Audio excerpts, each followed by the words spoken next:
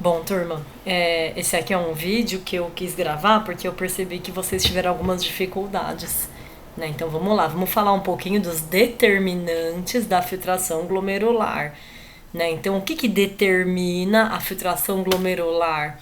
Bom, vão ser dois fatores, tá bom? Um é o coeficiente de filtração, que é esse KF, e o outro é a pressão líquida de filtração, tá? Então são esses os dois fatores que vão determinar para a gente a nossa filtração glomerular. Bom, primeiro, né? Primeiro porque é mais rápido. O que é esse KF, né? O que é esse coeficiente de filtração? Ele simplesmente é o resultado da condutividade hidráulica e da área de superfície dos capilares glomerulares.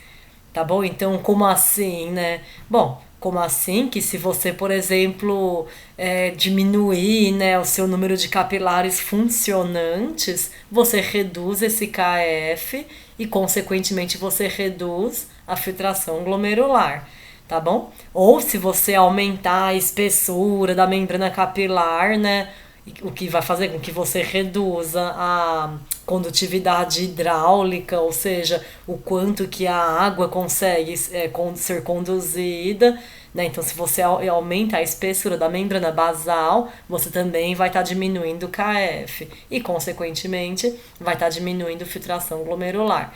Então, percebam que o KF, né, o coeficiente de filtração, ele é algo mais assim, vamos dizer que mecânico, né? Ou seja, é a facilidade com que a água, né, consegue atravessar as barreiras de filtração glomerular. Então vai ter a ver com superfície de contato, com como que está essa barreira de filtração no sentido de integridade. Tudo bem? Então, assim, num sistema fisiológico, o KF ele vai ser constante. Tá? Então, quando o nosso corpo precisar regular a filtração glomerular, ele não vai mexer no KF, né? Ele não vai mexer em número de capilar, né? Você vai ter alteração de KF, mas em situações patológicas, né? Então, a hiperglicemia crônica, né, de um diabético, ela pode começar a lesionar capilares, e aí você diminui os seus capilares funcionantes e vai diminuir o KF, tá? Só que normalmente ele não é um fator, né, que nosso corpo vai buscar regular para controlar a filtração glomerular. Bom, já a pressão líquida de filtração, aí sim, né, isso aqui o nosso corpo ele consegue alterar, né, assim para manter a filtração glomerular dentro de uma faixa homeostática, né? Então vamos olhar melhor para essa pressão líquida de filtração. Bom, pressão líquida, turma, entenda como resultante de filtração. Tá bom? Então, ele fala, né, que essa resultante de filtração é um dos determinantes da filtração glomerular. E resultante de quê, né? Resultante das forças de Starling que atuam no processo de filtração glomerular. Tá bom? Então vamos ter que relembrar um pouquinho forças de Starling. Turma, não tenta decorar, tá bom? Entenda cada uma dessas forças, que aí você consegue aplicar elas em qualquer situação, tá? Então, que é pressão hidrostática? É a pressão exercida por um líquido contra a parede do compartimento onde ele está. Tá bom? E é sempre num sentido de empurrar líquido para fora desse compartimento. Aqui, né, nesse sistema, aqui no corpúsculo renal, a gente tem uma pressão hidrostática do capilar glomerular, né, ou seja, uma pressão hidrostática que é exercida pelo fluido que está aqui dentro do capilar glomerular. Né? Quem que é esse fluido? É o sangue. Né? Quem que é o líquido que está lá dentro do capilar glomerular? Sangue. Tá bom? Então esse sangue ele chega, né, aqui na região do capilar glomerular e ele vai ter, né, uma determinada pressão hidrostática, tá? Então pressão hidrostática do sangue, né, ou do capilar glomerular. Muito bem. Mas temos também mais uma pressão hidrostática aqui, né?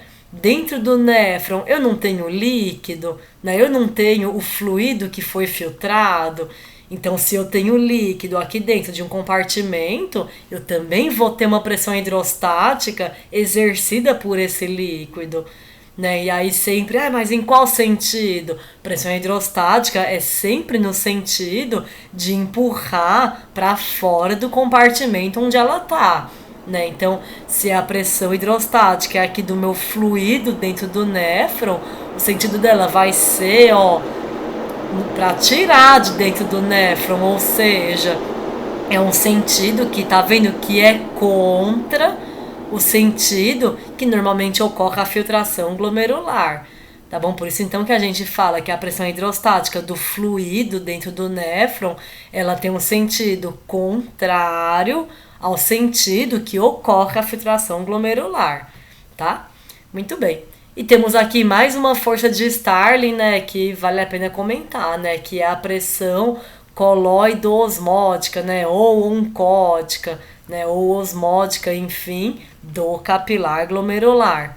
Tá bom? E o que é essa pressão? Bom, toda pressão osmótica, turma, é uma força que é no sentido de ficar puxando água para ela. Tá? Então é uma força que ela é desencadeada por solutos, né? Então sais, proteínas, tá bom? Então é uma força desencadeada por solutos, e essa força, ela sempre vai ter um sentido de ficar puxando a água para onde está esse soluto. Muito bem. Aqui no nosso sistema, o principal soluto são as proteínas do sangue, né? Principalmente a albumina. Então, se ela tá, né, aqui no capilar sanguíneo, então a albumina é a principal proteína do nosso sangue, ela tá aqui no capilar sanguíneo, né? Tá aqui no glomérulo. Então, o sentido dessa pressão osmótica que ela faz é de puxar fluido para onde ela tá, pro glomérulo. Por isso que, olha aqui, ó, por isso que essa pressão coloidosmótica do capilar glomerular é também uma pressão que tem um sentido contra o da filtração glomerular, tá bom? Mas a flecha tá saindo lá de dentro do néfron, turma, cuidado, a flecha, ela simplesmente está mostrando o sentido dessa força. Mas essa força aqui, ela é causada, né? Ela é desencadeada pelas proteínas que estão dentro do glomérulo, tá? Então ela é uma força de Starling do capilar glomerular. É a pressão coloidosmótica do capilar glomerular, que é sempre num sentido de puxar fluido para ela. Por isso que a setinha tem esse sentido, né? Então, muito bem.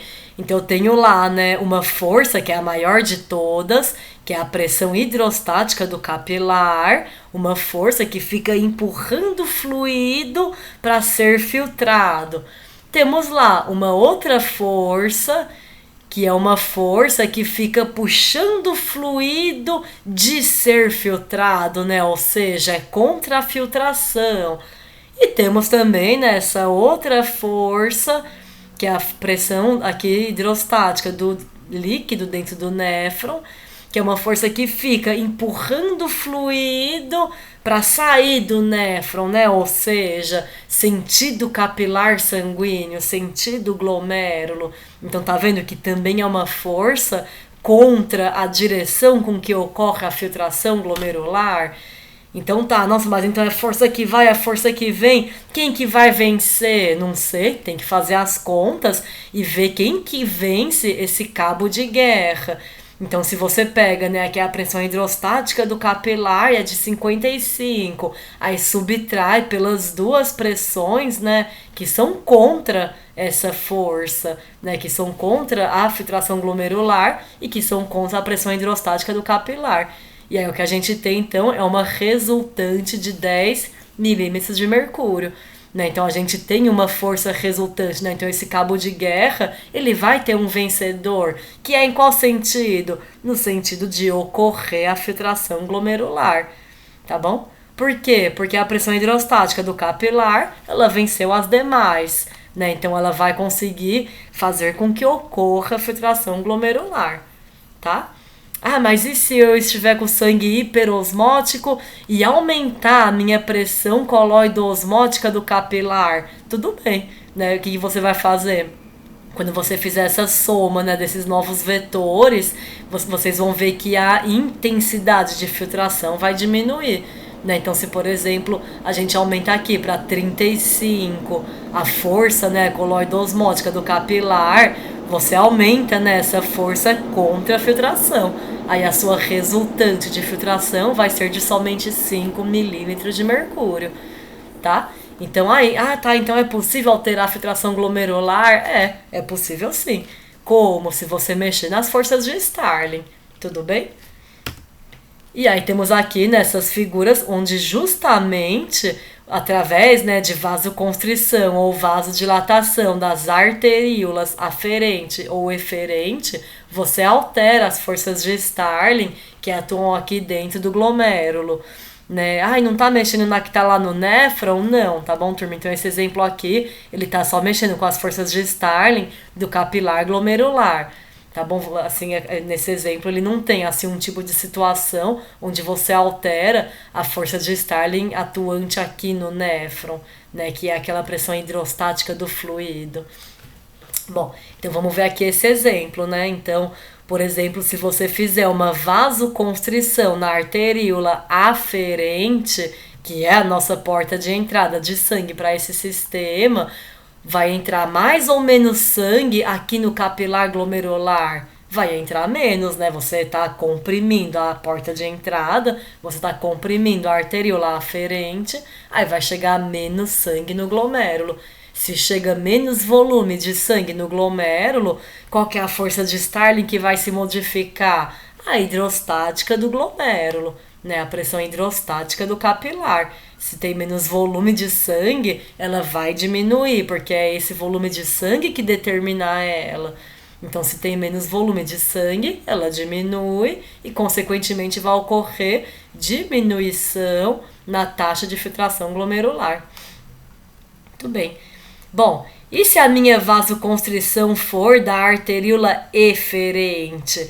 Bom, vamos pensar assim, num curto prazo, né? Então, comprimiu a eferente, você percebe que você vai represar sangue aqui no capilar glomerular, né? Por quê? Porque você fechou a porta de saída, ele vai represar, vai ficar com maior volume, isso então vai aumentar a pressão hidrostática do capilar, e, consequentemente, vai aumentar a taxa de filtração glomerular, tá bom?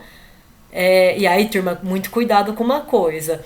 Vocês corretamente trazem, né, de BMF2 o conceito de que, mas se, aqui ó, por exemplo, se fez vasoconstrição, a pressão devia aumentar, sim, mas a gente não tá falando da pressão aqui na arteríola aferente. A gente está se referindo à pressão hidrostática aqui do capilar glomerular, tá bom? Então é o depois, tá, dessa resistência. Se eu medir a pressão aqui na arteríola aferente, ela vai estar alta sim, né? Tá comprimindo, vai estar com uma alta pressão. Agora o que vem depois, como vai estar chegando pouco volume, a pressão hidrostática do capilar vai estar diminuída. Tá, e aqui é a mesma coisa, como eu vou estar com o volume ficando retido, a pressão hidrostática do capilar vai estar aumentada, tá? Lembra de que nessa situação, quando você faz vasoconstrição de eferente, a resposta é bifásica, tá? Primeiro você tem um aumento da pressão hidrostática e da taxa de filtração glomerular, mas aí conforme vai havendo filtração, você vai concentrando, né, o capilar de proteína, porque como ele não está conseguindo sair, né, você não tem fluxo, ele vai ficando concentrado. E aí você vai aumentando a pressão coloidosmótica do capilar, que se a gente for lembrar aqui, ó, desculpa, essa aqui de 30, ela é contrária à filtração glomerular. Então, se você aumenta essa pressão por estar concentrando proteína no glomérulo, você vai diminuir a taxa de filtração glomerular. Muito bem. E essa última aqui, né, da Silverthorne, ela fala: e se houvesse uma vasodilatação da arteríola aferente? O que ia acontecer com a taxa de filtração glomerular? Bom, se você vasodilata a aferente, vai chegar maior volume de sangue no glomérulo. Então, você vai ter um aumento da pressão hidrostática desse glomérulo e, consequentemente, você vai aumentar a taxa de filtração glomerular, tá bom? Então, turma, cuidado com forças de Starling, tá bom? Ela é um assunto assim que é muito importante e que vocês vão acabar tendo muito contato com isso mesmo depois nas propedêuticas, tá bom? Porque elas fazem parte da fisiopatologia de muitos edemas.